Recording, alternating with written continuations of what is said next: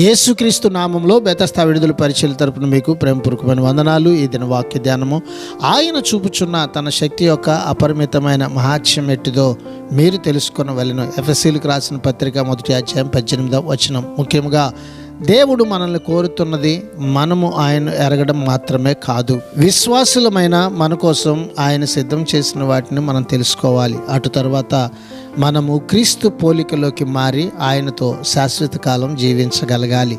మూడవదిగా ఆయన వారసత్వం, ఆయనలో ఉన్న బల ప్రభావాలను మనము పొందుకొని జీవించాలి. అట్టి కృపను దేవుడు ఈ దినమును మనందరికీ కూడా దయచేయనుగాక. ప్రార్థన.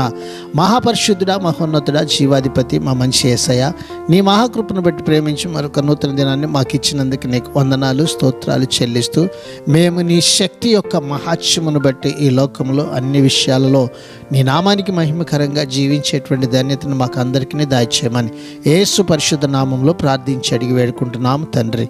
ఆమెన్.